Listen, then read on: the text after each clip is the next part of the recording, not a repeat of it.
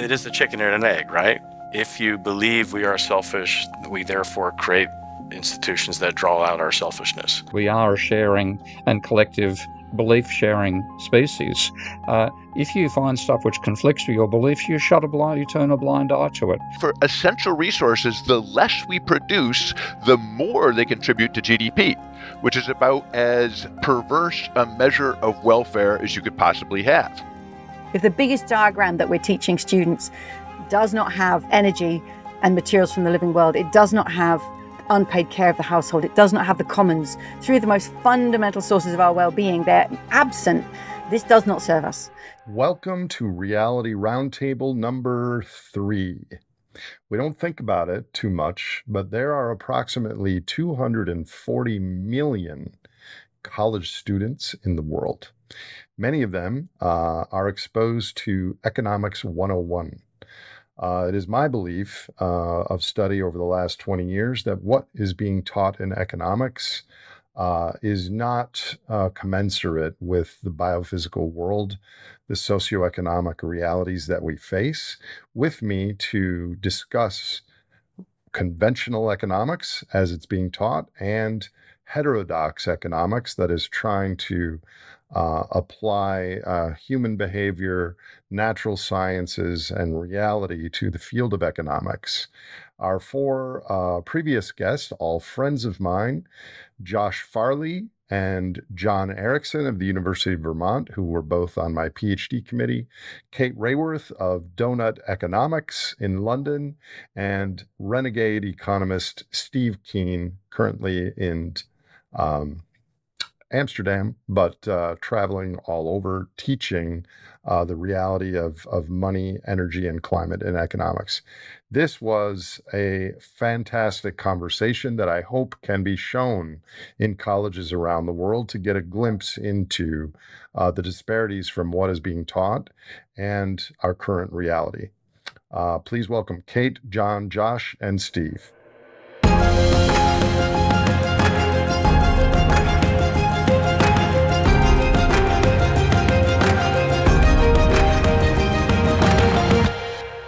Welcome to Reality Roundtable number 3.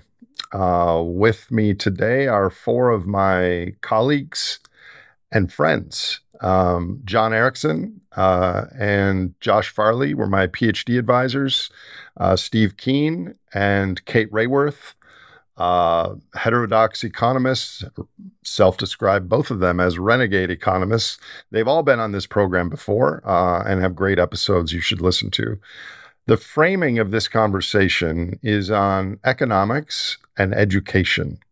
There are currently around 250 million young humans at universities around the world who are learning about how our world works and their future and how things fit together. It's education. But economic theory has been relatively unchanged in the last century and may not be preparing these young humans for the reality that is our ecological systems connected world. So I have asked each of our 4 panelists today to highlight one area in economic theory that is being taught in a way that doesn't represent our biophysical, ecological systems reality and how that might be rectified. And we're going to have like 6 minutes each, and then ask questions, and then open up to a broader conversation after all 4 have gone. I'll just briefly introduce the topics so we know where we're going. Jon Erickson is going to talk about Homo economicus and the microeconomic treatment of human behavior and why that is relevant. Steve Keen is going to talk about the importance of energy that is missed in macroeconomics currently, and also what that implies for the treatment of externalities, climate change, etc.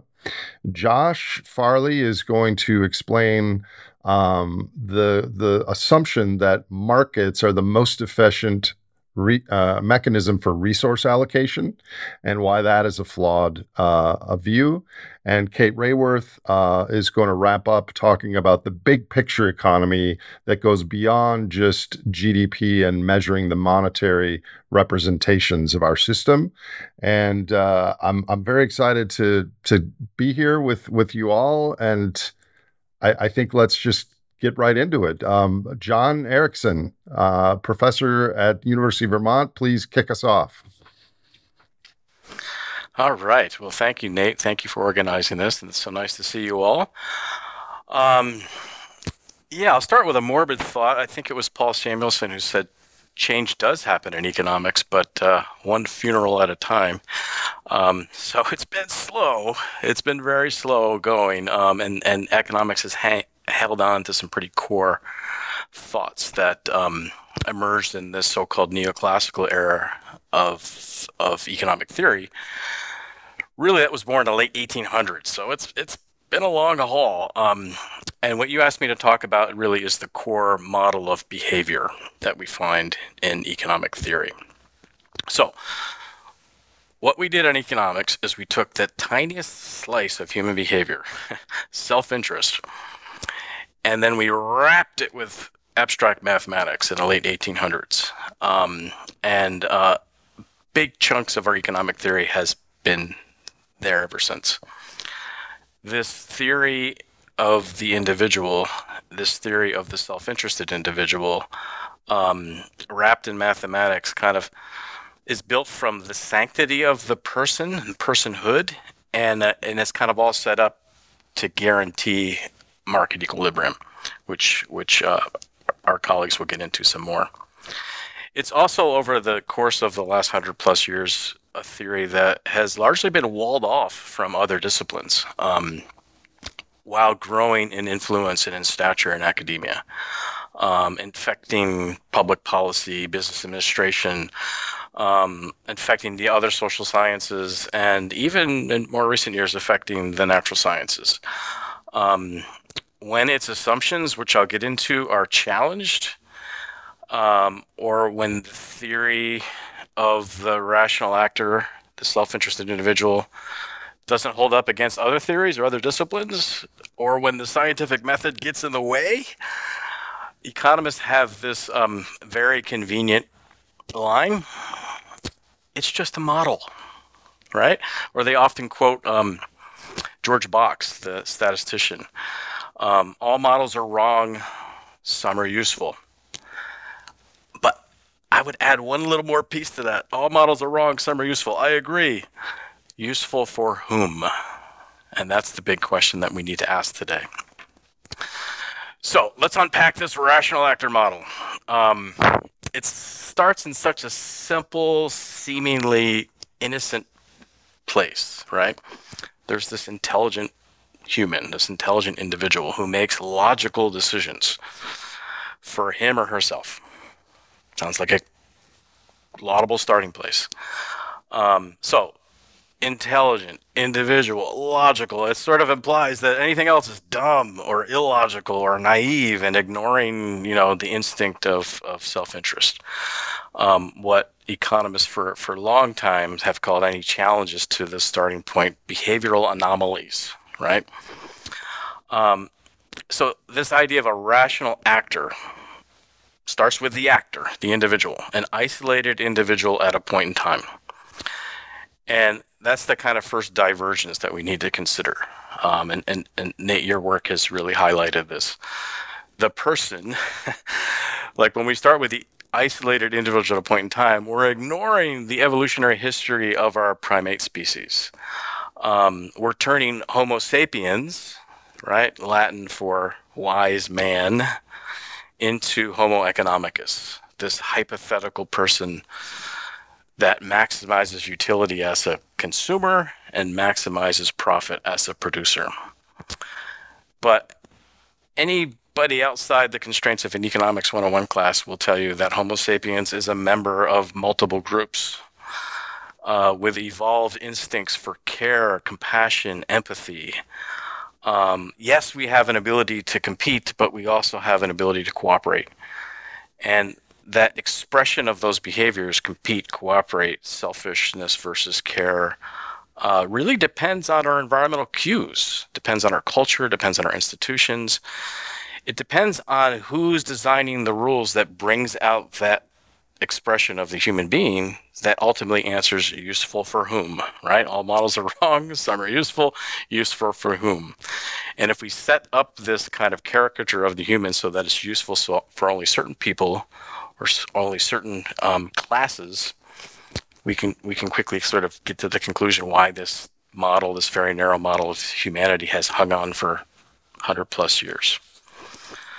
Rational actor model, the actor.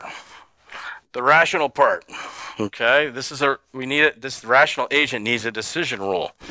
And again, it starts in such a simple place, right? How we make decisions is at the margin, right? This rational actor model, to be rational, to be logical, we should just consider the next choice. And if the next choice creates more benefits than costs, then do it. Such a simple decision rule, right? And Josh and I went and did our PhDs together at Cornell University, and I can't speak for you, Josh, but all I learned throughout my PhD was marginal benefit equals marginal cost, over and over and over and over and over. Any sort of decision was framed as marginal benefit equals marginal cost, right? So all you got to do is consider the next unit, count the benefits, the next unit, count the costs, and there's your decision rule. And in fact, through economics education, we're sort of trained to think at the margin, right? We're trained to think like an economist. One of my teachers at Cornell was Robert Frank, and he talked about economic naturalism, right? This idea that thinking at the margin is sort of the highest logical, rational way to think. But it turns out that people aren't so good at the calculus of variations, right? People aren't so good at thinking at the margin. We use a lot of cognitive shortcuts because we have information overload. There's a great video by the stand-up economist, this colleague from Washington State or University of Washington, who sort of pokes fun at this idea of thinking at the margin. We have lots of tricks to make meaning out of information overload, like what information we manage to absorb.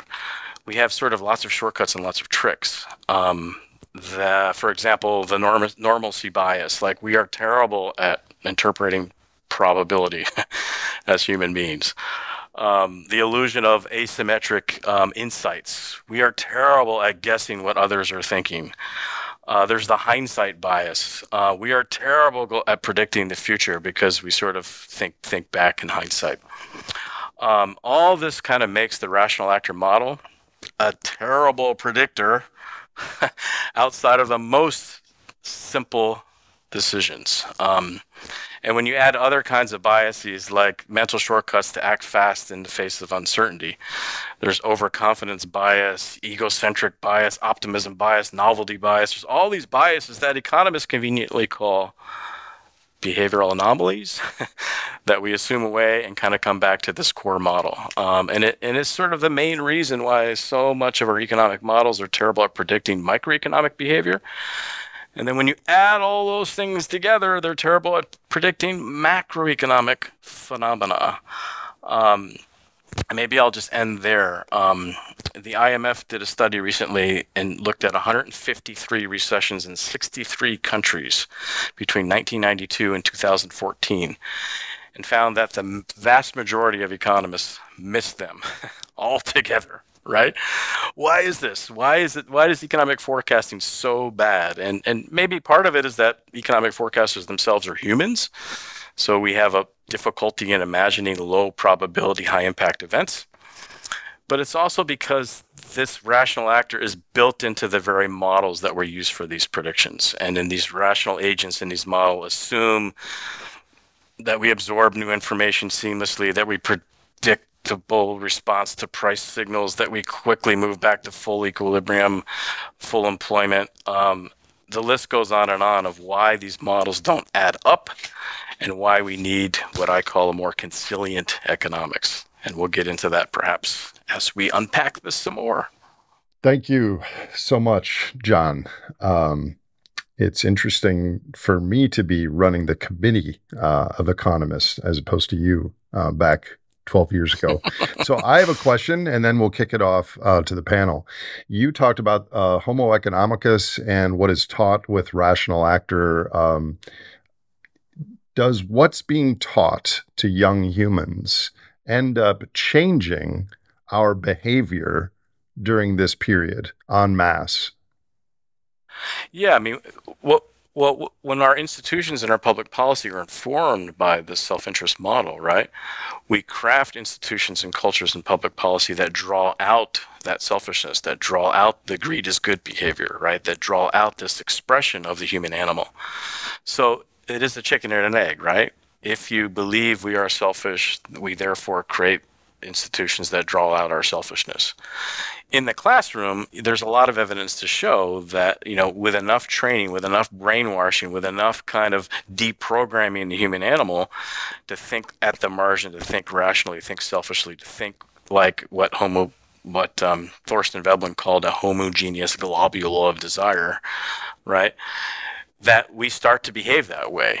And given that economics, business, political science are the most popular majors at least in American universities, and given that economists, political scientists, MBAs go on to lead our institutions, right? Our political institutions, our private institutions, even our nonprofit institutions, then you start to get into this kind of self-fulfilling prophecy, which is what you're referring to. Steve, Josh, Kate, who would like to ask Jon or interject on this topic? Josh, you first, then Kate, then Steve. Yeah, I just want to comment one thing. A lot of people in evolution used to say, well, nature is red in tooth and claw, everything is competition. And yet evolutionists are recognizing that cooperation has been the secret of human success, but also one of the driving forces in evolution. And based on readings in evolution, I ask all my students to name 5 characteristics of a good person and 5 characteristics of an evil person. And inevitably, a good person puts the group ahead of the individual. And some anthropologists actually did a global study of what elements of morality are the most universal. And it is, first of all, cooperation and putting the group ahead of the individual. So these are actually universal phenomena, and it seems really weird that economists define humans as basically evil. But it is true, and Robert Frank, your advisor, has done a lot of research on this, showing that, just being exposed to mainstream theory does make economists think far more like, Homo economicus. And the only time when I always ask these students, 5 characteristics of a good person. I presented to the University of Vermont Econ Club. Hand shoots up and says selfishness. That was a good person. But yeah, and I mean, as you know, Josh and others, that Charles Darwin was writing at a time of the classical economists, and they were actually trading a lot of ideas back and forth. The big difference is economics got stuck. It got mathematized. It got marginal. It kind of, this marginal revolution took over, and economics sort of stayed rather static throughout the 1900s, while evolutionary biology, the natural sciences more generally, became more conciliant, became more connected, became more interdependent, right? Became more about seeking truth through collaboration instead of through isolation. And so it evolved while economics got stuck. I'll jump in with the devil's advocate. So Please. Okay, you say, this model is wrong, it's not good enough, then what?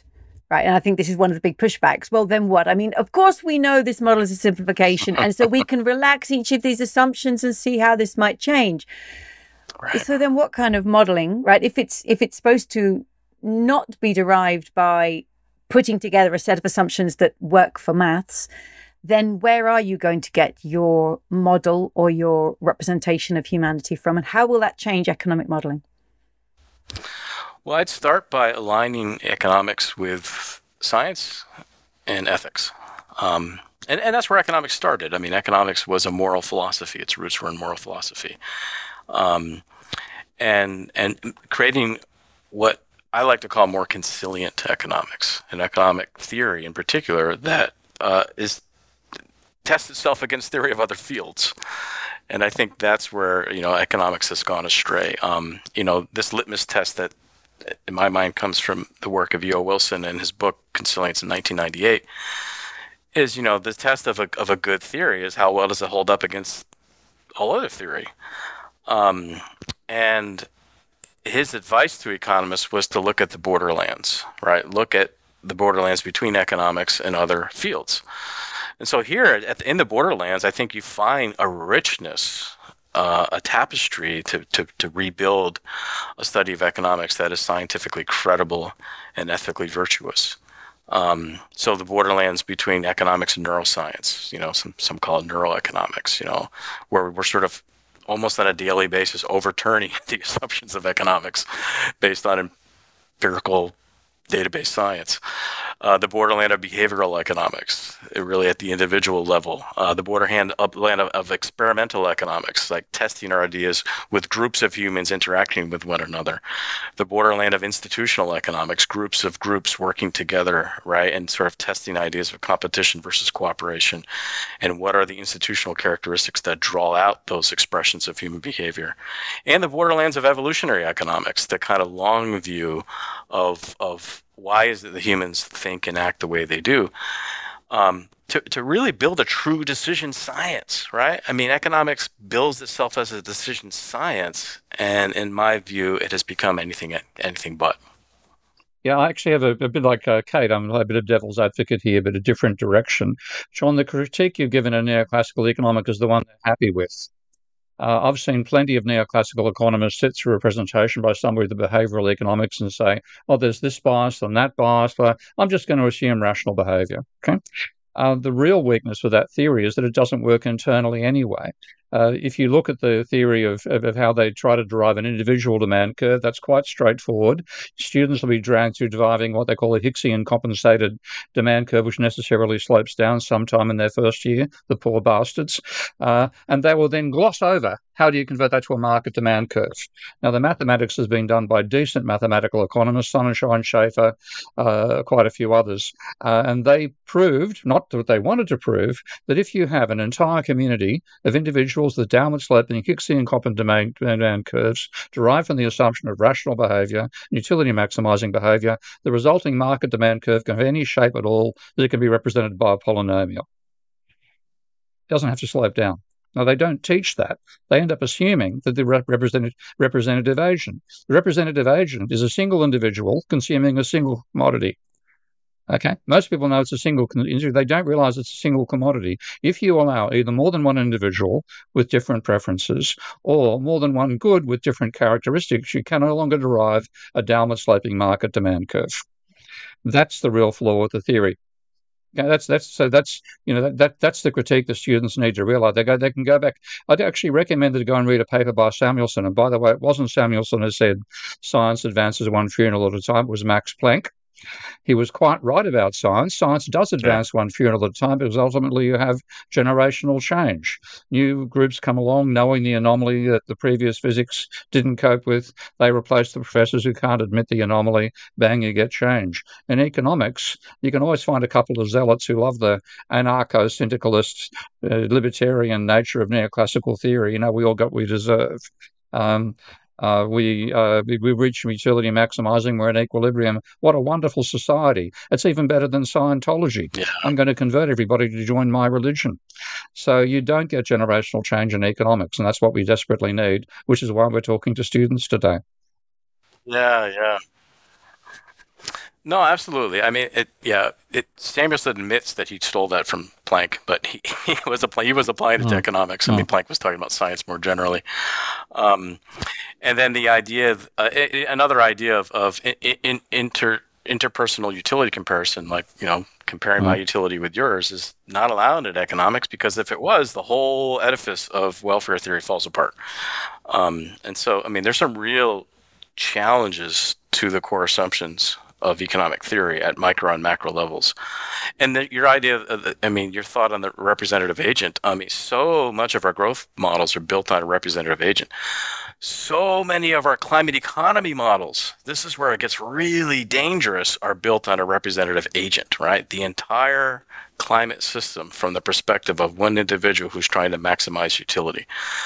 That's the edifice of the entire William Nordhaus framework that won a Nobel Prize, that really informed particularly the U.S. position way back in the early 90s under Bush 1 of wait and see, right? Because we shouldn't rationally do anything now in order to incur near-term costs with the potential for long-term benefits.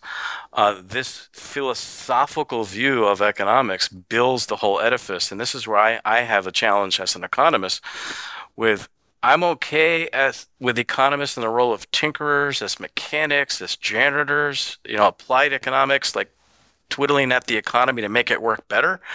What I'm not okay with is economists and economic theory as it currently stands as master planners, right? As the master narrative. And that's where I come at this. Excellent. That was a great 20-minute overview of microeconomics and Homo economicus. Granted, each of these topics we could spend 2 hours on, but I just want to have a real bird's eye view of some core things that we're teaching young people around the world right now that really don't hold water. Next up, I would like to switch to Steve Keen. Steve, what aspect of modern economic theory would you like to debunk today? Mine is going to be energy, the role of energy. So the chart you can see on the left-hand side is using it's a new software I've developed called Ravel. And if you wanted to find a tighter pair of items that are correlated with each other, you'd be having a pretty hard time to find it. The black line there is GDP, and the coloured line is energy, and the fit between the two is ridiculous. There's obviously some correlation of two factors going in the same direction that they reach a correlation coefficient of 0.997. But if you take a look at the one below, which is looking at change in energy and change in GDP, so no longer any problem about spurious correlation from both going in the same direction. The correlation there is 0.86. When energy goes up, GDP goes up. When GDP goes down, energy goes down. And if you're trying to derive an empirical model of production from this data, your first pass would be that at a first level of approximation, GDP is energy converted into useful work. That's what you draw from looking at the data like that. Now, if you then would say, well, what economic theory currently suits that? It's actually what's called the Leontief model, shown in a different fashion, showing a fixed numerical relationship between capital, however it's defined, and GDP, however it's defined, using what's called a capital output ratio. But I've actually shown in my research that is, in fact, the efficiency with which machinery turns energy into useful work. So that's the post-Keynesian theory, and it fits the data like a glove, and you wouldn't bother doing anything else if that's what you knew. And neoclassicals reject this empirical fact because it conflicts with neoclassical theory. And there's a recent paper that I'm going to have a bit of fun with here, where it said if the elasticity of substitution between drowned energy and other inputs is literally zero, then production falls 1-for-1 with energy supply. And as you can see from the previous data that I showed, that's the truth. That's what actually happens. Now, they then continue to trash the model that post-Keynesians use to model production called the Leontief production, and they say it makes nonsensical predictions with regard to the evolution of marginal products, prices, and expenditure shares. Yeah, but it's true. So there's got to be something wrong with the idea of marginal products, prices, and expenditure shares. And that's what turns up. So this paper, they go on to say that if factor prices equal marginal products, and that's the neoclassical theory of income distribution. The wage equals the marginal product of labour, the rate of profit equals the marginal product of capital. Therefore, in both cases, you get what you deserve, which is why there's this meritocratic side to neoclassical theory that I think is a major reason why people get seduced by it. Now, he says if that's the case, if the substitution is 1-for-1, which it is, then you get nonsensical predictions about these ideas. What that implies is that it's not the predictions that are nonsensical, because the prediction is actually true, a 1-for-1 match between energy and GDP. It's the theory that's nonsensical. So this is actually what a classic own goal. They used it to trash the idea that there was a 1-for-1 relationship between energy and GDP. but you find there actually is a one-for-one relationship between energy and GDP. So the only way to make sense of this is that this is a disproof of the neoclassical theories of both production and distribution. And that's one of the dangers that Jon alluded to a moment ago, that those models have then blinded us to the dangers and the importance of climate change. So if you take a look at how they model, and I'm not going to, well, the name of the model, you'll learn it soon enough, you poor victims of a neoclassical education, the Cobb-Douglas production function. And that shows production as involving technology, which they label A, L for labor, and K for capital. But there's exponents for labor and capital, which I've already shown in the previous slide, must be wrong empirically. But that's what they use, and they have no energy input.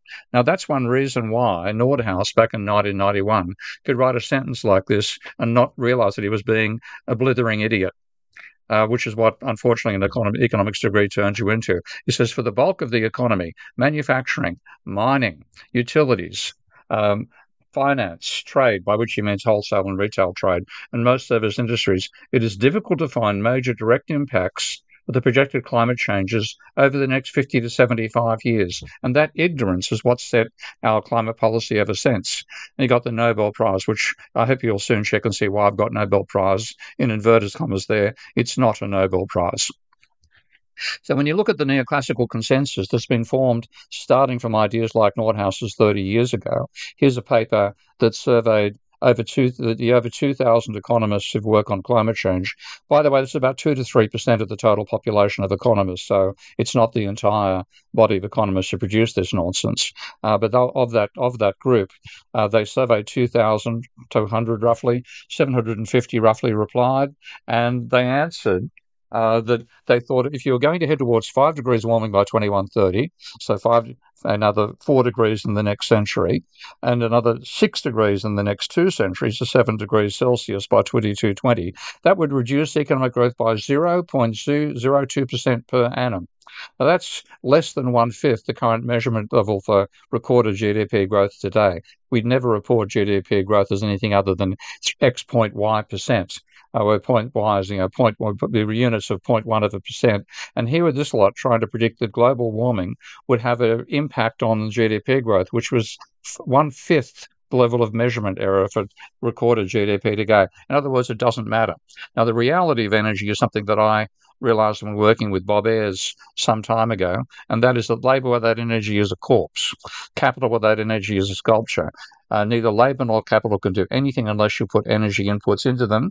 And when you do, energy is by far the dominant factor of production. And the ignorance about this is critical in the case of global warming, because this is what causes the belief that damages from global warming are going to be so minor. Now, you talk to scientists, if you tell them the levels that economists are blithely discussing, 7 degrees by 2220, this is from a paper in 2017, the range of of science papers you can find like this, describing more than 5 degrees of warming as unknown, implying beyond catastrophic, including existential threats. And here are economists saying it's going to cause a 0.02% fall in the rate of economic growth. This nonsense has dominated how I form policy on climate change. This is closer to reality. Reality is about to trump theory at our monumental expense. Thanks so much, Steve. So if there was a standard economist watching this program, what do you imagine their rebuttal to what you just said would be?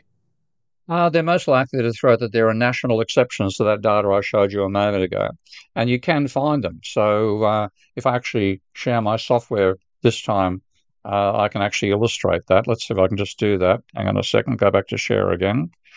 And I'll share this screen. Okay. So can you see my Ravel data there? Okay. Okay. There's the world. If I move to United States, you find the GDP is increasing, energy consumption has been going down since 2000. You find the same. In India, on the other hand, accelerating use of both energy and GDP growth. Great Britain, dramatic delinking. Look at that decline there. China, rising use of both. So what they focus on is country exceptions. But the thing is, that's using globalization to obscure reality. When you look at the overall globalized economy, you get the result I can show you there, virtually a one-for-one fit between the two. So I'm sorry, there's something wrong with your theory. And there really is no comeback to that. Staying with that picture, I just want to double check. So I'm gonna do the pushback from The Economist. But were you showing us national production, energy consumed within the nation, or are you showing consumption-based energy? It's primary energy. The data source is the OECD. So it's primary data source used from the OECD. So it's not consumption. It's the overall use of energy to produce GDP globally. If you did those calculations on a consumption basis, then you wouldn't see anything like that scale of decoupling. You might still see, in fact, there are some countries that appear to have decoupled on a consumption basis, but you wouldn't see That's right. And so what you've really got is that, again, the theory is rather than illuminating reality, it's obscuring reality. And that's the real danger of a neoclassical education. Can I ask a question, though? And I don't know if it's of Steve, and I'm going to ask you to lean into your least cynical of the economists who you've spent your career surrounded by. How is it that economists could conclude that up to 5 degrees of global heating over a century could have a minimal disruption to? I mean, where is the disconnect in the science, in the respect for other science, the lack of consilience, as Jon would say? How do you believe they've actually come to that conclusion? If you get inculcated in a neoclassical way of thinking, and I can say from my own experience up to the halfway through first year of microeconomics at Sydney University when I was 18, I swallowed all this stuff. And what it gives you is a paradigm, as Kuhn put it, that lets you see the world. And a paradigm does several things. It tells you what's worth looking at. It also tells you what's worth ignoring. Okay. So when you're wearing that paradigm, you get a very coherent view of the world because it's the paradigm you're seeing, not the real world. Now, if any elements of the real world conflict with that paradigm, and I'm not blaming economists for this, is very much human nature. And it comes back to the facts that Jon was talking about earlier, and Josh as well, that we are a sharing and collective belief-sharing species. If you find stuff which conflicts with your beliefs, you turn a blind eye to it. And the classic there comes from Galileo. Galileo wrote to Kepler, one of my favorite pieces of correspondence ever, saying, "What are we to say, my dear Kepler, about these learned gentlemen at the university who, with the perspicacity of an asp, refused to look through the telescope?" Now, what Galileo had done is invent the device that enabled us to see objects at great distances much closer up. You would think that scientists would like to see the spheres. You could finally see the spheres. Only they knew that if they looked through that telescope, they wouldn't see the spheres. They would instead see moons orbiting Jupiter and Saturn, which completely destroyed their paradigm. They refused to look down it. Neoclassical economists are no better than Ptolemaic astronomers at the time of Galileo, refusing to look through the telescope. So anyone in 5 minutes can on the internet look and see that a barrel of oil has 1,700 kilowatt hours of work potential, which is years of human labor. So an economist is not going to want to look through that telescope because obviously that implies a much larger value addition than its cost share to the economic function. Yeah. And look, I've had a lifetime of experiencing this in the sense that, since I predicted the global financial crisis, one of about a dozen economists who did, and of course, many more people who hadn't been blinded by economics did see it coming. So it's a peculiar economic failing not to be able to see that a financial crisis is coming our way in 2008. But I've been showing ever since then data showing credit, the change in annual change in private debt against unemployment with outrageously high correlation coefficients, again about the 0.9, minus 0.9 level between change in credit and change in unemployment, or the level of unemployment. And I've just given up. They will not look at it. It's outrageously different to what their theory predicts. I've shown it at numerous conferences. It's on thousands of websites, and not a single economist has attempted to fit that data and see what's gone wrong with their theory. So this is the paradigm blindness of humanity. On that front, if you want to choose an irrationality, Jon, that's the ultimate of all time. Economists are irrational. I'm just going to make a couple of quick comments, really kind of adding to what Steve said. and answering Kate's question a little bit too, like why are the economists blind to these things? How can they not see the problems with climate change?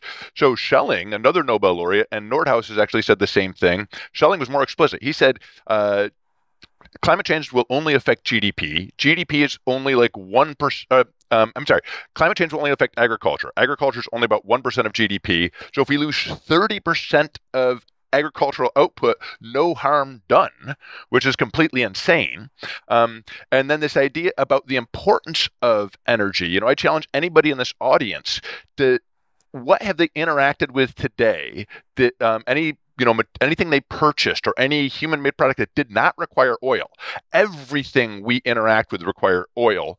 And to give an idea of how valuable oil is relative to what we pay for it, think about how far you could push how long it would take you to push your car as far as you can drive it on $1 worth of gasoline. And right now, you'd have to multiply that work by 16 billion per day to see how much work we do with gasoline.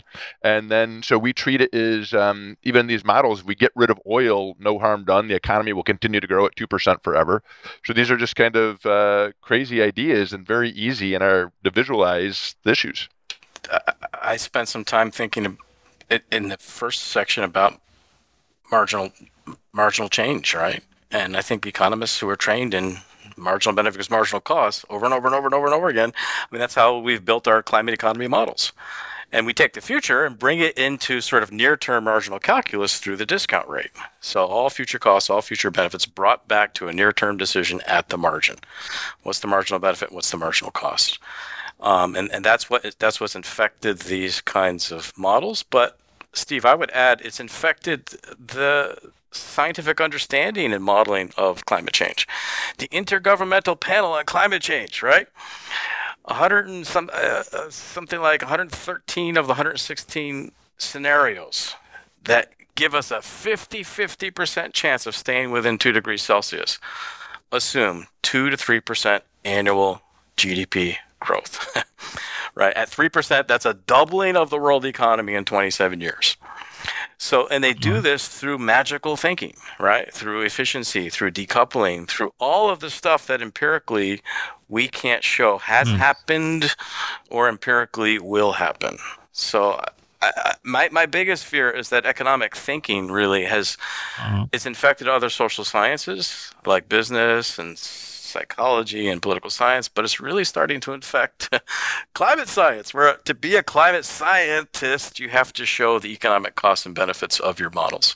You know, the IPC is just too big to read as a consortium, but I've read over 1,000 papers, I'd say, behind the research about the science and the economics. And I've read the economic sections of the IPCC in great detail. And they will say things like, this is the 2022 report, saying that a 4-degree increase in temperature by 2100 will cause a 10 to 23% fall in GDP relative to what it would have been in the complete absence of climate change. But what that means is rather than being 5 times bigger, it'll be 4 times bigger. Okay, it's still positive growth. And if you look at how they do what they call the shared socioeconomic pathways, they are made using the components of the Cobb-Douglas production function. Technology is going to improve. There'll be going to be more people. There'll be more machines. Therefore, GDP is going to continue growing. So every one of the SSP scenarios, whether that's from the 2.5 to the 8.5, whatever they call them, not one of them predicts any period of negative growth anywhere in the world for the next century. Now, they are completely and absolutely wrong, and we're going to find that out very, very quickly. This all makes complete sense to me because I've studied this, and I know the four of you, and we've talked about these things and been dismayed and shocked about it. I wonder, though, what people who haven't spent this amount of time on these issues thinks of this conversation. Like, it is so apparent to me, these deep, dangerous chasms in the logic of economic theory, which is leading our culture forward. I just wonder what the general person listening to this would think. Maybe we'll find out. But yeah, I think that's what I mean, when I first read the neoclassical stuff, I was in shock. My wife actually came in when I was looking at some of it and shocked and broke me out of it with very Thai Buddhist comments upon whether we can survive or not.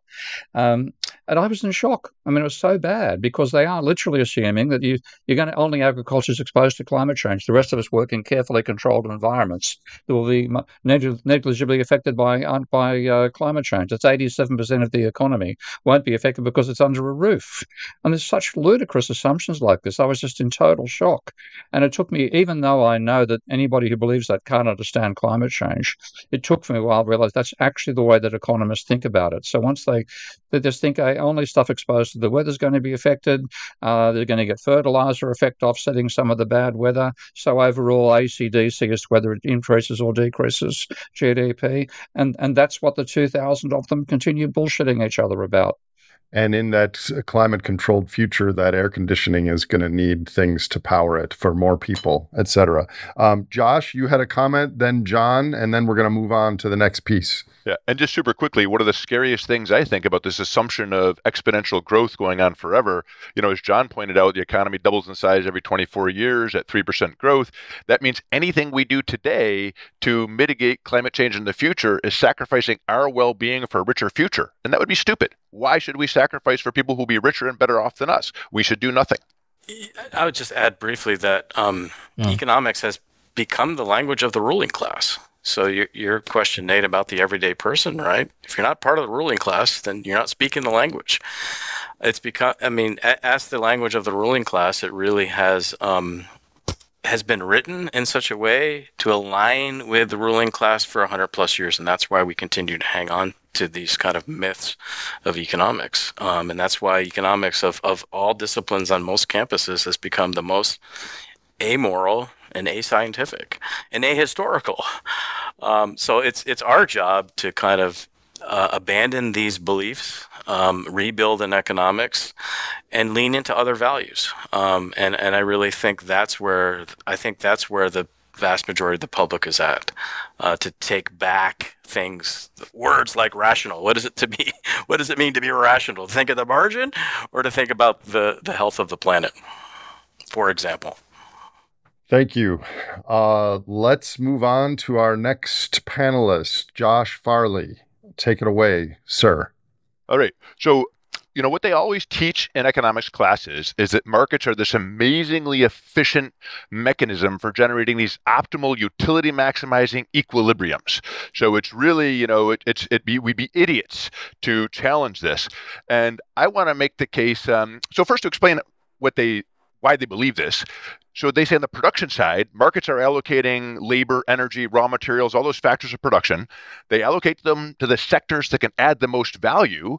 And because those sectors can add the most value, they can pay the most. So the market allocates the resources to them. So this maximizes value on the production side. Then on the consumption side, markets allocate all the commodities to those who value them the most, is measured by how much they're willing to pay. So it's maximizing value on the consumption side. And then in terms of equilibrium, let's say there's some, a war in Ukraine or that disrupts oil supplies or food supplies. So economists say if a resource or commodity becomes scarce, prices increase. So producers supply more and consumers consume less. So we get the self-regulating equilibrium. And then we measure our success using GDP. So, GDP grows, shows we're doing better. And what I would argue is that as economists, what we should pay most attention to is those essential resources, the things that we're dead if we don't have. And these are things like, energy and food and healthy ecosystems. So this is what economists have to get right, is how we allocate essential resources. And I want to just show very quickly that markets are actually terrible at achieving any of these goals with essential resources. So I'm going to use the example of the marketed essential resources of food and energy. And the idea is that, if food becomes scarce, price goes up, so we demand less. But my physiological requirements, my nutritional needs are completely unaffected by the price of food. And so I don't demand less when the price goes up. So what happens if a resource becomes scarcer, we all compete to get it because we need it, which sends prices skyrocketing upwards. And this is why we just saw the food companies getting record profits last year. So the big problem with this demand is actually preferences weighted by purchasing power. I don't have demand if I don't have money to back it up. So the only people when prices rise, when food becomes scarce or energy becomes scarce and prices rise, the only people who reduce consumption are those who don't have enough money. So I did an empirical study looking at all the countries in the world, how they responded to food price shocks. And what actually happens is in rich countries, the price of food goes up. We don't notice at all. The price of wheat triples. We don't eat a single slice of bread less. We continue to throw 40% of our food into the garbage. Whereas in poor countries, they're slashing consumption because it's such a large share of their budget, they can't afford it.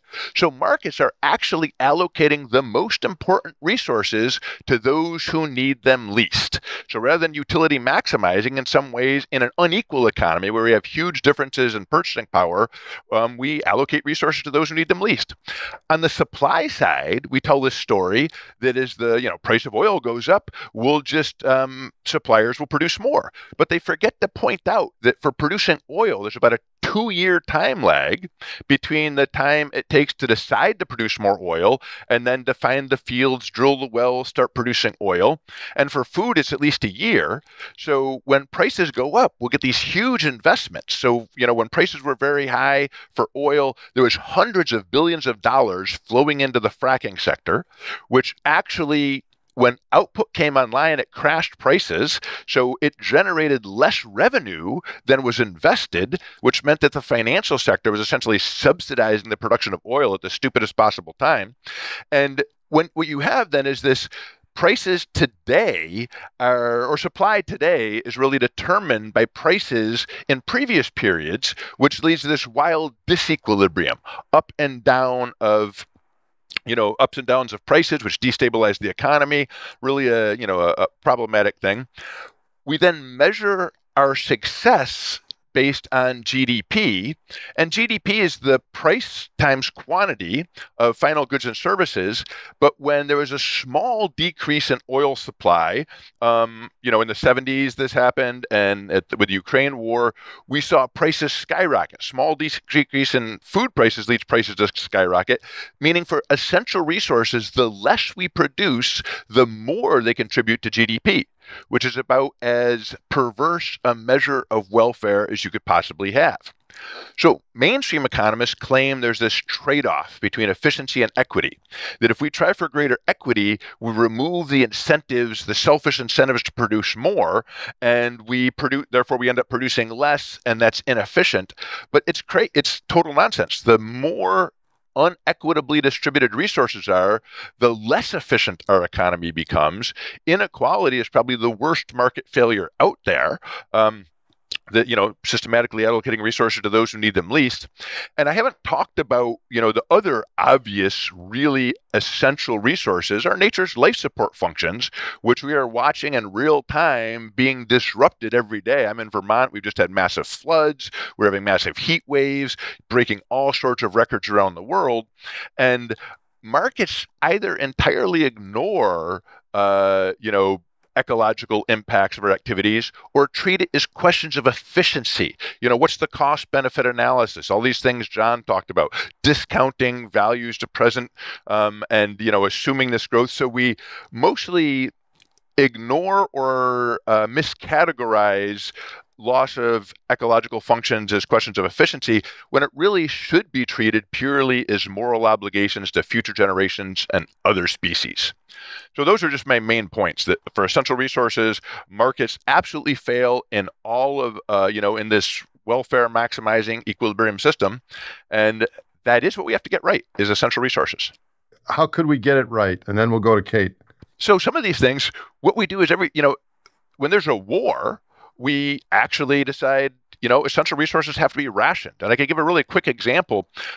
When California, we had Enron and these other big players. So this is the other huge thing I forgot to mention, that when you have essential resources, the amount of money you can make, you're getting more money by producing less, leading to huge amounts of collusion. So we have OPEC, we have the food sectors. We had record profits in energy and food last year because the producers can huge incentive to keep supply down, to keep prices up. But Enron, some years back, colluded with a bunch of other producers to withdraw power from the California system, leading to a tenfold increase in prices, massive economic disruption, political disruption, led to overthrow of the governor and the election of Arnold Schwarzenegger, and brownouts, terrible outcomes. At the same time, Brazil had a larger energy shortage caused by drought in a hydroelectric powered economy, and Brazil said, you know what? We are going to charge you the same price for energy as last year, but we have a 10% shortfall. You're going to consume 10% less. We have your energy bills. We know how much you consumed. Everybody had to make this kind of minor effort to be a little bit more efficient, totally non-disrupting. Nobody even knows about this because it was such a non-event. When we rely on markets, we're going to allocate resources to those who can afford them, leaving the poor to suffer miserably. When we rely on rationing, as we do in World War II or other wartime, we ensure that people get what they need, and it keeps prices stable, and it ensures that people get enough. So, but rationing is a taboo subject in economics. We rely on price rationing without ever saying so. Instead, if we ration based on physiological need for essential resources, I think it would be a far more efficient system in terms of creating human welfare. That's a great point. Rationing is a bad word, but we use rationing when we say the word price. It's just not said out loud. Kate, did you have a comment or question? I am going to play devil's advocate. Please do. Look, Josh, markets are clearly the worst way of running an economy other than every other way that's ever been tried. You want rationing? Look at the black markets that develop around rationing, right? Rationing doesn't match what people actually want. It squashes people's different preferences, and so you get black markets, you get all sorts of people cheating. Look, in the Second World War, yes, you had rationing in the US, we had it in the UK, but there's only so long that people will tolerate it because there's Mr. Hitler over there, and people actually can't wait to get back out of rationing. So rationing has all sorts of problems. Look at the Soviet Union and the central planning that went into people believing they could determine what that rationing should be.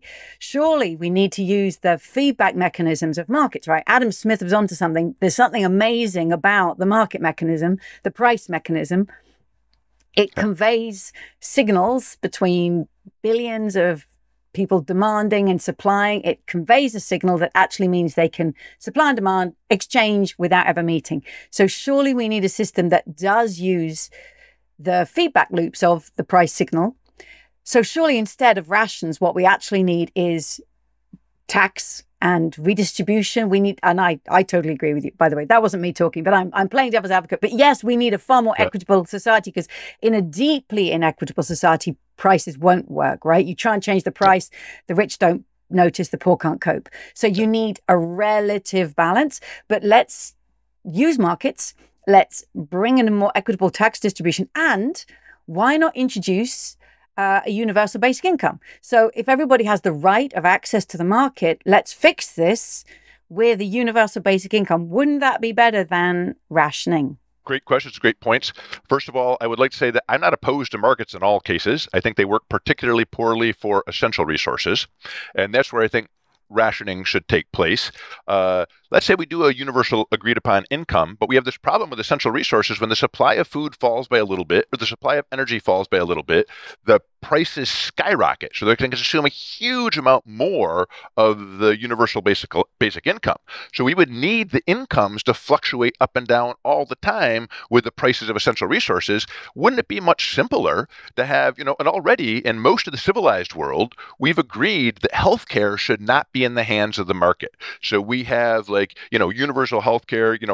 The U.S. is an outlier. We're doing a terrible job on this, but we've decided that, and in the U.S., it's almost 20% of our GDP goes to healthcare. So I look at things, instead of having universal basic income, why don't we have universal access to basic needs, decommodify survival? So right now in the U.S., we spend 6.7% of our income on food for home consumption. We could have, we have this supplemental nutrition program, which is food stamps typically. We could have food stamps for all, SNAP for all. And it would be guarantee everybody an ecologically and physiologically healthy diet, which would be mostly plant-based. And 6.7% of our income is spent on food for home consumption for all food. Take out the expensive animal-based products. I'm guessing you could feed all Americans an ecologically, physiologically healthy diet for, say, 2% of GDP. Probably would reduce our healthcare costs by about 2% of GDP, so it'd essentially be free. And what it would then mean is the biggest threat to global ecosystems actually is agriculture. It's, it's the source of the nitrogen, the phosphorus, the toxic chemicals. If you look at the planetary boundaries in your work, agriculture is the biggest threat to all of those. So super important to have physiologically, ecologically healthy food. And as soon as you make sure people can meet their basic needs, then you can start saying, incorporating all the ecological costs into the price of meat. $150 a pound, or without any concern of the poor not being able to get enough. So that's why I think rather than a universal basic income, I'm in favor of guaranteed access to the essential resources.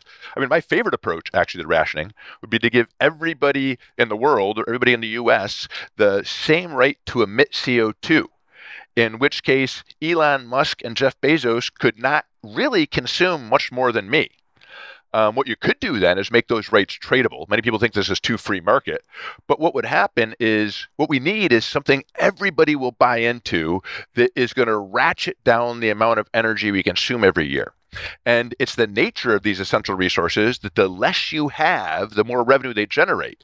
So as we ratchet down the equally distributed rate to emit, the value of that will go up, meaning that everybody will be clamoring to ratchet that down, and that will be a massive redistribution of wealth from the billionaires to everybody else. And it's one of the few things I can think of that has political support. So rationing, I think, especially for essential resources, and I'm not opposed to markets in general. I am opposed to individual choice when it's things like climate change or private property rights. Can I privately own my share of the climate? There's all sorts of things that don't fit into the market model at all. So let's leave them the hell out. So that's not saying let's try to force everything into the market model. No, let's use markets where they work, and let's use other economic institutions where markets don't work. Can I jump in with a quick follow-up question? Just Kate, then Steve. Great answer.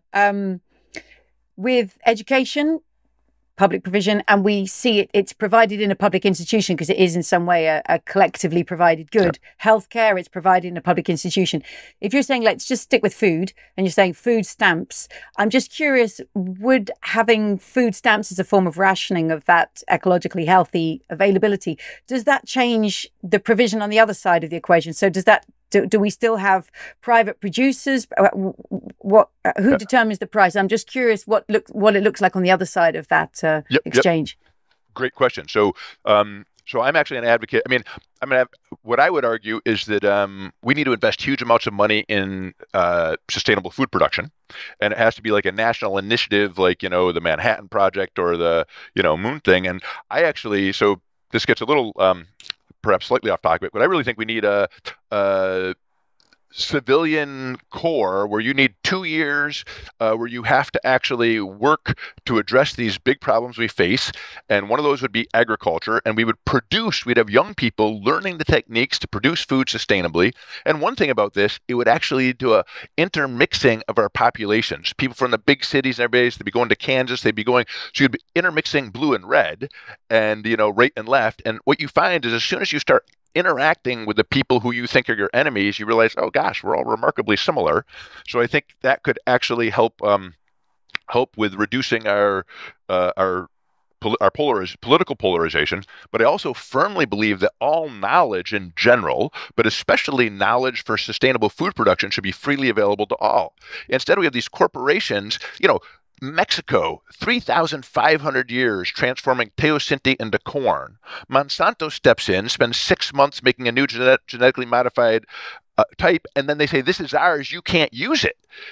That's just insane. And the idea with knowledge, and so they say that when you have public investment in agricultural R&D, which can be freely used by everybody, you get like an 80% return on your investment. When it's the private sector doing it and they're restricting access, you get much lower returns on your investment because you're not letting people use it. And so all the knowledge for food production should be absolutely open access, totally non-market. And then I think a lot of the actual production itself could be done collectively, but also it's less harmful in my view to have, okay, we'll pay the producers for the food. And have things like when there's too much food, we stockpile so that we can control, then we can put it out when there's too little food, so we keep prices stable. There's a bunch of different things we can do. I think long-term viewers of this program can now visualize what my 5 years of PhD conversations were kind of like with some of these guys. Steve, did you have something to follow up with Josh? Okay, two things. Is that the right way around? Can you read the text there? Good. Okay. This is a friend of mine and a supporter, Avner Offer. Just saw him a few weeks ago, actually, at a conference with Richard Vague, another close friend of mine working on debt. And what Avner has done here is to answer one of the questions that have been posed by Josh's comments. How do you make the divide between public and private provision? And the answer that Avner came up with, and I'm very pleased by this, is it's the payback period. If the investment needed to sustain a particular productive system is outside the payback period that is conventional for capitalists, that's the sort of thing you need the state for. And the idea there, since we're doing this for students, I'd highly recommend students to get a copy of a book by a man called Jon Blatt, B-L-A-T-T, called Dynamic Economic Systems, and he actually makes the case about the payback period that Avner is using there, as well as a lot of other very sensible stuff based on energy and decent mathematics rather than the nonsense they'll learn from neoclassical students. So that's number one. Number two, the idea of having tradable carbon credits is something I've been working on for about 4 or 5 years, badly because I have got there's so much neoclassical nonsense to get rid of. I haven't had a chance to do it properly. But there's a website called ecocore.org, so www.ecocore.org, that's promoting that idea, developed by another friend of mine, Adam Hardy. And the idea would be that as every day you would get issued a carbon credit equivalent to the average for the country you're in. And then you have to pay two prices, not just one, a money price and a carbon credit price. Because given the inequality of distribution of income we have, 95% of the population would probably not exhaust the average, but the top 5% would, and they'd be needing to buy off us straight away. So the idea is there'd be an income and wealth redistribution from the rich to the poor, and immense pressure on everybody to reduce carbon consumption, well, except the poor, actually. They'd be doing pretty good out of it for a short while. So it's going to be politically popular as well. Now, that's the sort of thing economists would resist till the cows come home, of course, but it's what we need. And equally on rationing, the point about Germany in the Second World War that Kate made earlier is completely valid. And I think we'll need rationing to get through the catastrophic consequences of climate change that the economists have persuaded aren't going to happen. When they do start happening, rationing will be about the only way to hold together a cohesive society.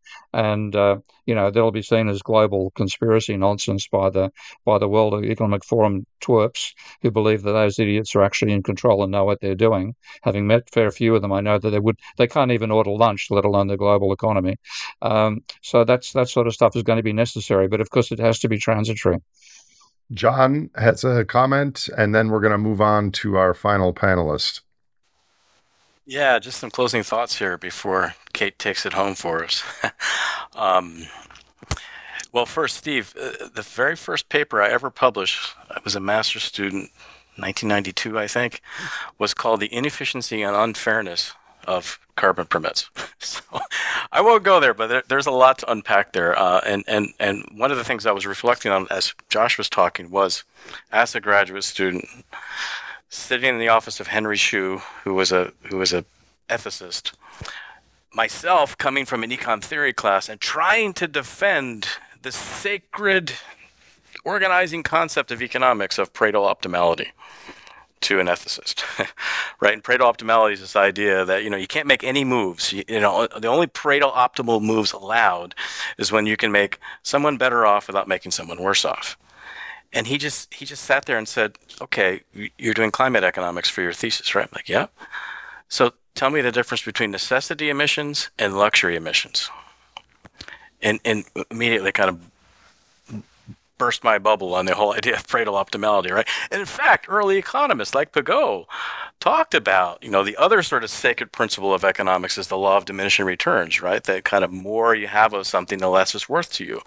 And he made the case through the law of marginal returns, diminishing marginal returns, that, we should be reallocating from the wealthy to the rich, or to the poor, or from the luxury emissions to the necessity emissions, right? Because it's welfare improving. It's welfare improving. And so I'm not convinced that tradable permiss would actually do that. But that's for a whole nother podcast, perhaps. So at the end, rationing has become taboo in economics, but so has human rights.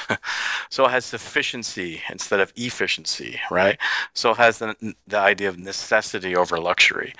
And it all comes back to, in economics, we're not allowed to compare utility. We're not allowed to compare consumption. We're not allowed to compare what gives us pleasure and pain. As long as you keep the individual isolated from everybody else, then none of this nonsense that you all are talking about matters in economic theory. Josh, did you have a closing comment there? Yeah, and I'll make a closing comment kind of in response to what Jon just said too, in that I went and looked through a whole bunch of introductory textbooks, and they all say there is no difference between luxuries and necessities, or between needs and wants. They said there's no difference. So right away, they just sweep that under the table. And then the other idea about Pareto efficiency, you can't do, everything should be, we only do things that make somebody better off without making anybody else worse off. In a fossil fuel powered economy, everything you do makes somebody worse off. Right away, we should say, if there is such thing as climate change, then Pareto efficiency is the stupidest measure you can come up with. Let's not even mention that. All the stuff neoclassical economics has done is prove ways in which the classical and the physiocratic school have said the classicals were correct. So, in fact, one thing they say, they work at the level of the isolated individual. They can't even derive a demand curve. Okay, market, they bullshit over that. Okay, they do not do it. Check your textbook, kids. You'll see they do not show how you go from an individual curve to a demand curve without making some sort of bullshit assumption. So they can't even do that. And what that actually proves, and this is the case that Alan Kerman made in The Emperor's New Clothes. I said that forces us we have to work at the aggregation substantially higher than the individual. That's to meet the failings of neoclassical economics, which means class-based analysis is correct. So we're back in a classical world. We look at workers, capitalist income distribution, etc., etc. Taboo topics in mainstream economics, which mainstream economics has proved unnecessary. Professor Raworth, please tell us about the big picture that is being taught in economic theory and what some changes to that might be required. Okay, so I want to talk about the biggest picture of the economy that we ever encounter, right? If you say, show me everything you've got, show me the whole caboodle, what shows up? And I'm going to talk about Econ 101 because I think it's the most important course. It's where we begin. Paul Samuelson knew it, right? The first textbook you pick up, the first diagrams we see, they shape what we forever see and don't see afterwards. So in mainstream economics, the biggest picture is going to look something like this. It's called the circular flow of goods and money. And what we've got is households and businesses in the essential market relationship. Households provide labor and they can provide capital. In return, they get wages. Some get wages and some get profit. Depends whether you gave that labor or capital. And they can use that for consumer spending. And in return, they get goods and services. So you've got the goods going round and round, the resources going round and round, and the money going round and round. And yes, not everything goes on consumer spending. There can be some leakages. The diagram shows that some of it goes into savings, which get put into banks and get turned into investment. Keep your heat on. Keep your shirt on, Steve Keen. I know that's not true. That's right. That's not the way banks actually work, but it's very nice for a fundamental 101 diagram. We've got some of the money goes into taxes for government and they can turn that into spending. Actually, in countries with a sovereign currency, that's not how governments work either, but it's very handy for a 101 diagram. And some of the money goes on imports, but other money comes back in through exports. The point here is everything is circular, it's contained, it's enclosed. And these arrows tracking monetary flows. So I want to start by recognizing what's useful, right? Because all models are wrong and some are useful. Why was this ever seen as useful? And I really like leaning into what could have been useful about it. It's really useful for measuring GDP and showing that it can be picked up in different places. It's useful for tracking flows of money, even though some of them are completely fictionalized. But what it misses is really what matters, because it's never even pointed out and it never comes in anywhere. So, one, it has labor getting fresh and ready for work every day. It completely misses the unpaid caring economy of the household, the cooking, washing, cleaning, sweeping. Just labor is just ready to go to work every day. It misses the commons. It misses all of goods and services that are produced without money changing hands, because it's only showing us market-based. And it misses, of course, the living world. There is nothing coming in and there's nothing going out. It's missing energy and it's missing resources. They're somehow within, circulating in some sort of, perpetual motion machine. These are fatal flaws. If the biggest diagram that we're teaching students does not have energy and materials from the living world, it does not have unpaid care of the household, it does not have the commons, through the most fundamental sources of our well-being, they're absent, this does not serve us. So I want to replace it, because I always love to reproposition and replace. So here we are in Technicolor. I call this the embedded economy diagram. It draws on ecological economics, feminist theory, and commons theory. So what have we got? We've got the economy is a subset of society, which is a subset of the living world. That's the first move of ecological economics. It means that we recognize that the economy is drawing on materials and matter. It's putting out waste and pollution, and it's bathed in a river of solar energy. Welcome to the second law of thermodynamics. So we're always asking, is our economy compatible? Is its through flow compatible with conditions conducive to life? But then let's look inside the economy. We've got the market, which is where 101 always begins. And we've got the state. And these two, of course, are what show up in GDP. This is what's measured monetary output. But what's missing is on this vertical, which is the household of unpaid caring work. That's the feminist economics coming in. And then here's Eleanor Ostrom saying, don't forget the commons. They may well not be tragic. They're a triumph when they're organized according to principles that she revealed. The commons can actually be a fantastic source of providing for our needs and wants, which are different from each other. So that's the second move. The third one, this is like a pop-up book, isn't it? Third one is the different roles that we play within the economy. And I'm going right back to where Jon Erickson had us begin, because mainstream economics depicts us as that rational economic man. Are you consumer or producer? Karl Marx reminded us to always ask, in the sphere of production, are you labor or capital? It's going to make a difference, guys.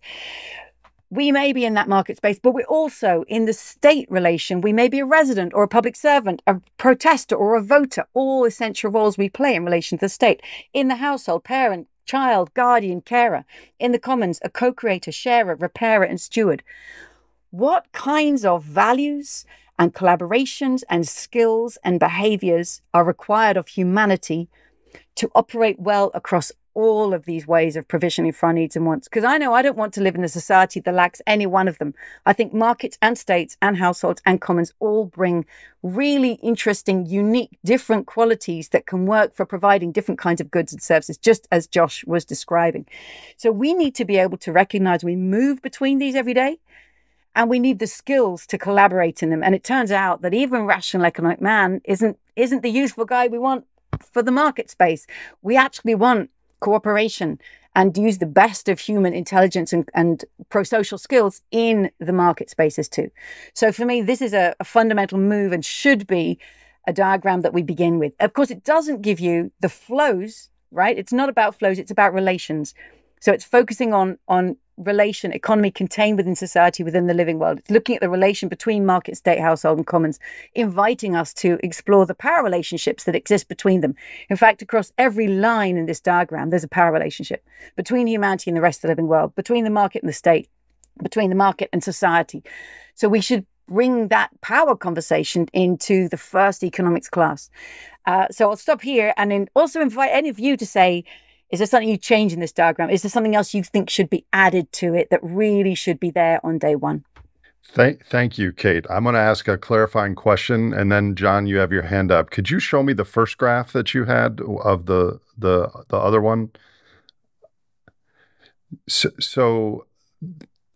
So there are 240 million college students in the world, and Jon just told us earlier that economics and political science are among the most popular majors in the United States, at least. Is that diagram that you're holding, is that actually taught worldwide today in Economics 101 classes? I'm going to say a variant of it, right? So if you look through the textbooks, they'll all have a diagram that's called something like the circular flow of goods and income, and it'll all be some version of this. Wow. Maybe only 99%, but well, you're talking about your textbook, Josh. Okay, thank you. Comments. Well, even that diagram is in our ecological economics textbooks, because we're always sort of in this defensive posture, right? Yeah. So we just have to throw it out and start anew. I just have more of a comment, Kate. Thank you for like bringing it full circle, because that first model, right? Asking the question, what is useful and what does it miss? What's missing? I think answers my question, right? Which George Box didn't ask. Useful for whom? Right? We've built a model that has been very useful for white male capitalists. And it's, if you look at the stats on who we're graduating as PhD in economics continues to be woefully behind in terms of gender diversity, ethnic diversity, diversity of thought from around the world. And it's another one of these sort of reinforcing feedbacks. And then if you look at the new model, and again, ask the question, useful for whom? Because it's a model, right? You see that it empowers a whole new class of people. It empowers, anyone who doesn't probably identify as a white male capitalist. And so this is our challenge, to build a new model that empowers that disempowers the status quo and rebuild something that is truly built for humans and for resilience and for long-term viability of our place on planet Earth. So I was going to say, I actually start out my class, very, very similar to what Kate's saying, but I asked my students, I said, what kind of economy were you raised in? And they all say capitalism. And I say, oh, your parents charge you room and board? And I said, you were actually raised in a reciprocity-based economy where, people, you get things, you get things because people love you. You're expected to return those things. And I actually think that right now when we're looking at solving all these, global climate change, we're always drawing from the market. Why don't we draw from the reciprocity and gifting part of the economy? Why don't we look at everything we receive from nature as a gift for which we are morally obliged to reciprocate?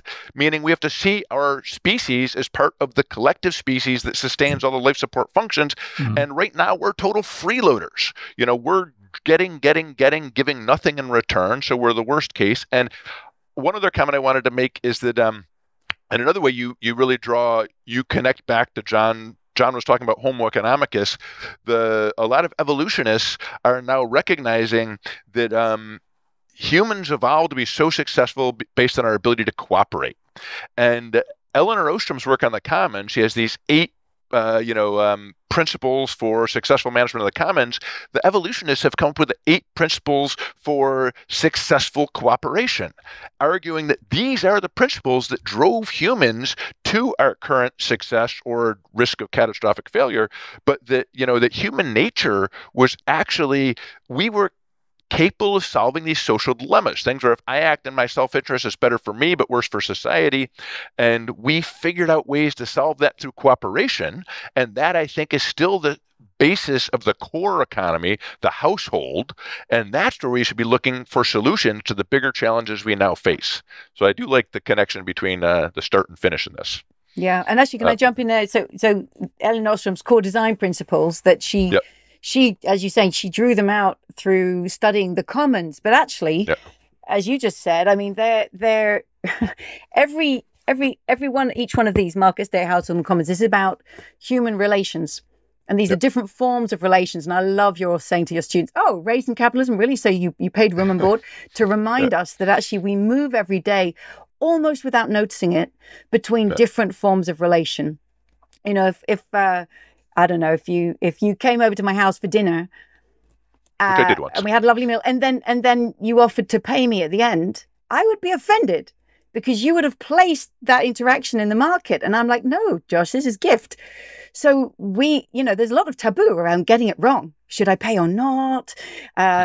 So what Elinor Ostrom tapped into there about the core design principles for the commons, what if they're actually valuable Also in the state, can we redesign state services to be much more like forms of cooperation? And there's a nursing cooperative in the Netherlands where they work in groups of, I think, around 12 nurses. It's totally distributed.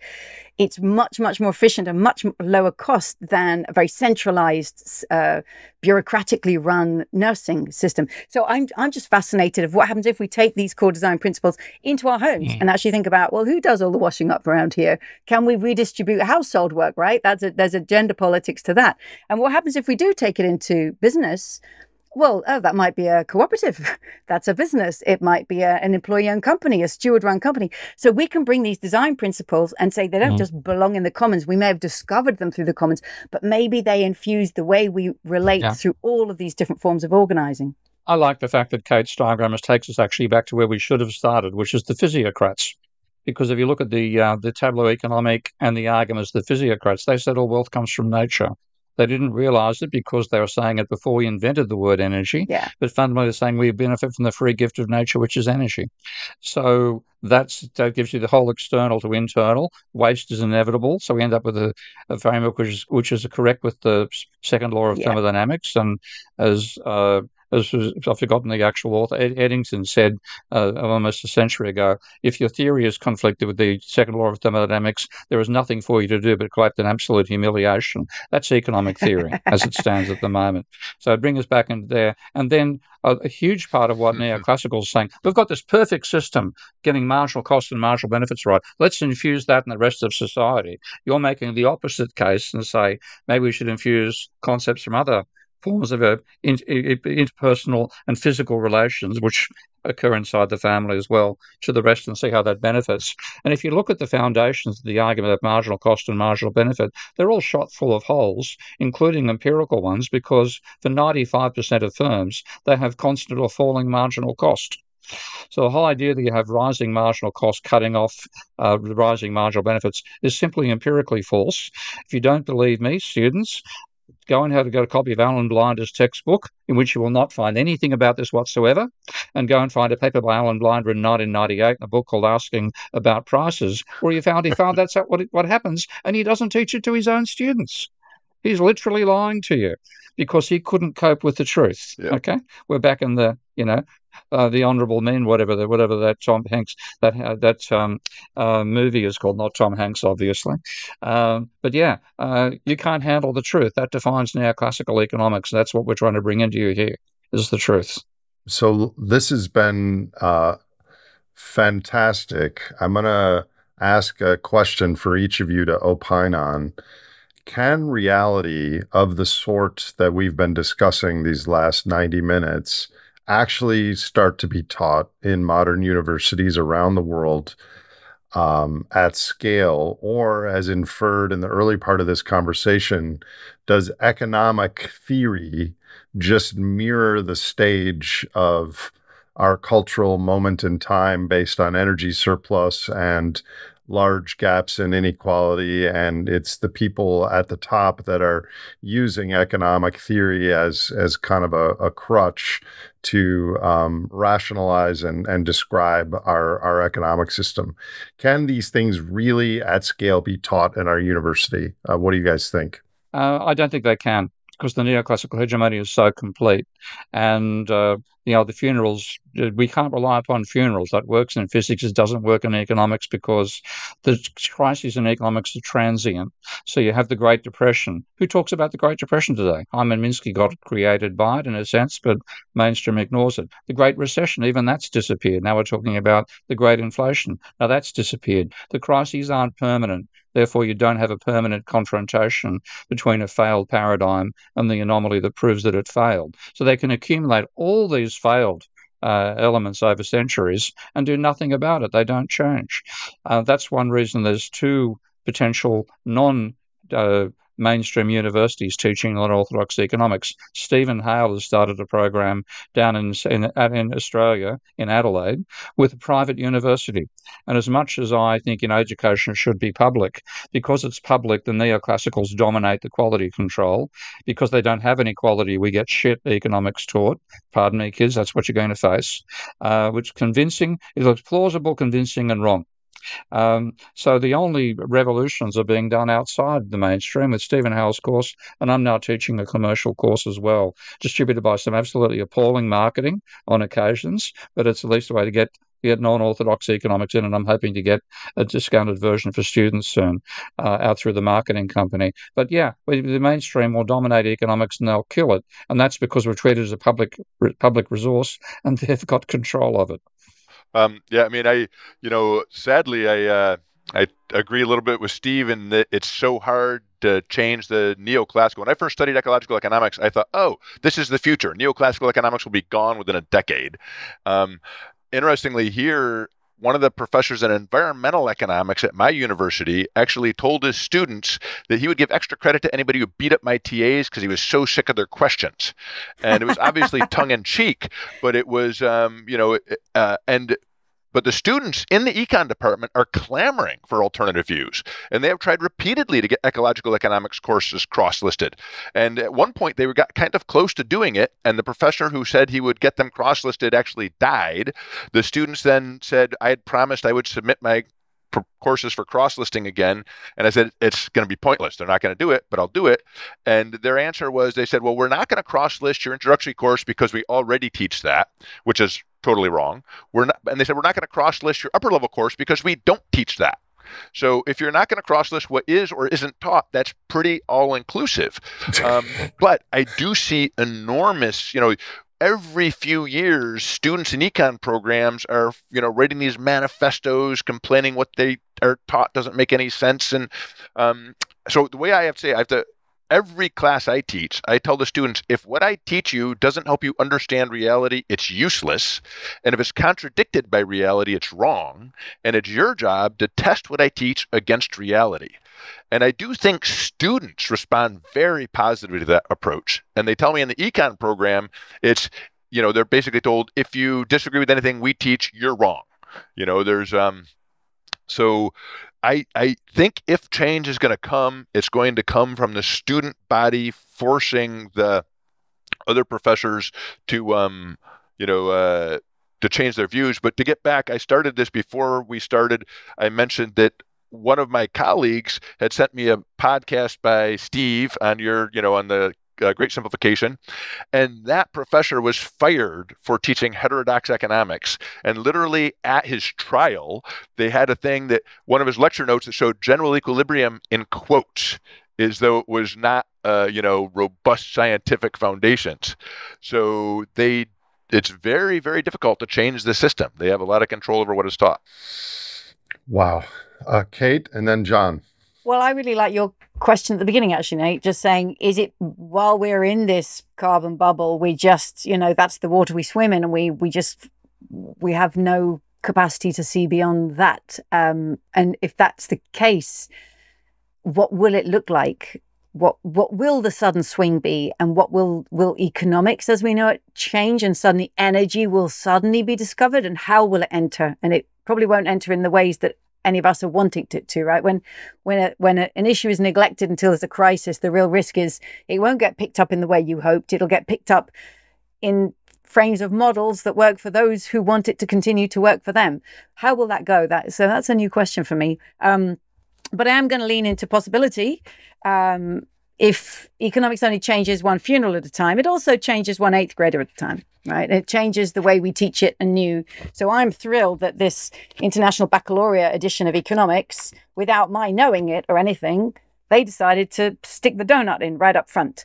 Now, it does immediately, the next chapter, switch into supply and demand. So there's some way to go yet, right? But it's starting to get into the textbooks. And what I hear back from high school teachers is, now that it's in the textbook, I can teach it. It's in the curriculum. It's legitimate, and we're working with a group of teachers who want to write, rather than trying to reform economics. And I think this is where this question comes down. Do we try and reform economics, or do we just say, will this leave you sitting there? We're going to go do something new. So I'm working with a group of teachers writing a GCSE, which is around for 15, 16-year-olds. In regenerative economics. What would it look like if you started economics? Just like, it's going to be regenerative economics, working with the lovely principle Josh just offered, if it tested against the real world. And we are putting this diagram as the first diagram. And you can imagine lots of chapters from regenerative economics. Now we've seen the whole, now let's talk about markets, and let's talk about the very different ways. Let's talk about markets and states, and what necessary goods and what luxury goods and how they should be provided, and the relations between. So I'm leaning into possibility. I'm certainly not going to give up. Yeah, there's movement. Yeah, I mean, I take your question. The answer to it is larger than reforming just economics education. It's really reforming education, reforming higher education in particular. I start most of my classes with that question: what's the purpose of a university education? And, you know, I often get the answers, well, you know, to get me a job, to train me in skills, to teach me something useful where I can, you know, build an income. And I say, none of that is in our university charter. Let's read it, right? I mean, it really is, you know, education is foundational to a democratic society. Education is foundational to higher human aspirations. Educational is foundational to long-term viability of the human animal. And my greatest fear is that we've designed our education systems to inoculate consumers instead of trained citizens. And citizens at scale, right? Citizens who can make impact in their local communities or right up through the global community. So I'm increasingly drawn to next systems thinking. I recently used a book in my class called The Next Systems Reader that was edited by Gus Speth and colleagues to really open up the conversation of alternative systems, alternative ways of organizing the economy, alternative ways of organizing human assets and knowledge and ways of thinking. And the students were just blown away because it challenged their basic idea of living in a capitalistic society. There's that parable, right, of, you know, a fish. Someone asked a fish, like, you know, do you like swimming in water? I'm getting this all wrong. And the fish was like, what is water? Right? It's like, we are inside the system we're trying to change, and we don't even know the right questions to ask. And so I'm part of an initiative building a Next System Studies program across the U.S. To really kind of think of this at the sort of deep root causes of the problems of the current system and to imagine the next system. And I'm finding actually that the next system's ideas are all around us. They just don't often exist in national governance. They're at community scale, they're at local scales, they're in farmers markets, they're in reciprocal economies, they're in gift economies, they're in neighbors' backyards. The next system is everywhere. And so I'm increasingly working with my students to really elevate those stories and to scale them up and out. This has been really, really great and information and insight packed. Since we're all friends, I hope I can count on you either as individuals or as a group to come back because we've really just scratched the surface here. This is our world. This is our future. And I think, especially for young humans, I wish I would have been 18, 21, learning what I learned today. Should we go around with any 30-second, 60-second closing thoughts by everyone? Okay. I'll quickly say one thing in the class would like to say, if you take all that stuff seriously, you can't do modeling anymore. Garbage. There's been an alternative technology for 50 or 60 years called system dynamics. If you want to give a trial of that, download, search for Minsky on SourceForge, which is my open source contribution to system dynamics modeling. You can do much better modeling if you throw away the neoclassical handicaps. We'll put that in the show notes. Josh? Yeah, I just would be remiss to say that Jon actually started a big effort to change the way we teach economics. Was Economics for the Anthropocene, which has now become Leadership for the Ecozoic. I've now taken over from him here, although he's still obviously contributing. So we really do have a concerted effort. We have a very good PhD program. We're producing a new generation of whom we believe will be the leaders in economics, and they are getting good university jobs, and they are making an impact. And so, you know, despite my pessimism at changing econ departments, I think we can step around econ departments and really introduce these ideas. And our program is with McGill, so if there's any potential ecological PhDs in ecological economics or interested in these ideas, you can find us under Leadership for the Ecozoic. And one of your former students has a system synthesis podcast as well. Yes. One of my former students, prior to these things, Nate, is exactly what we aspire to, is to get people who will be more influential and effective than we are. So, thanks, Josh. Jon? Yeah, I mean, I started this by saying that economics starts with a really simple starting point, and I think the reform starts in equally simple starting points. We need to re-embed the person in family and community, and re-embed the economy and society in the earth. I think Kate's image of the donut economy is a great place to start. Sorry, Kate, this is not an insult. It's not rocket science. It's really simple and it's really intuitive. And when we start there and treat people as humans and not these kind of foreign things that we try to shape them into, like Homo economicus, it's quite easy and quite intuitive. Then I'll follow on. I'm so thrilled that you think the donut is not rocket science, because that means it repoliticizes the economic conversation. I never intended to call donut economics donut. I didn't make that word up. Somebody else said, "Oh, that diagram you've drawn, it's a donut," and it was given that name. And it's playful and often silly, and people say, "Why did you call it that?" But what I've learned is that, and as we all know, many people are intimidated by economics, right? It's expert, it's technical, it's fast, it's alienating to many people. But if you stick donut in front of it, people already know there's some, bring your humor, bring your mischief. And that's what I think what we need to do with so much of the economics we're talking about. Bring, the way you're talking about teaching it, bring it into the classroom. Does this fit with your experience? Does this fit with what you know of reality? So let's bring it back to something that people connect with.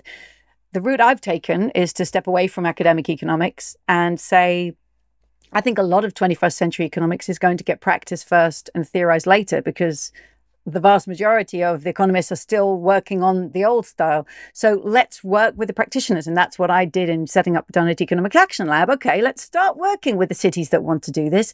How then will they make decisions if not through cost-benefit analysis? Let's work with the companies that want to be purpose-led and actually design themselves to become regenerative and distributed by design. How then will they marry the requirement of making a profit in order to stay in business with actually putting value of ecology and society first? So we're working with the practitioners, and it's just, as you just said, it's all around anyway. It's already popping up, and if only we find ourselves and put it in our models and make it visible, and we see it. Thank you. Thank all of you for your insights and time today, and for your dedication to this work, this story, which is the story of our times. To be continued, and thank you all very much. If you enjoyed or learned from this episode of The Great Simplification, please subscribe to us on your favorite podcast platform and visit thegreatsimplification.com for more information on future releases.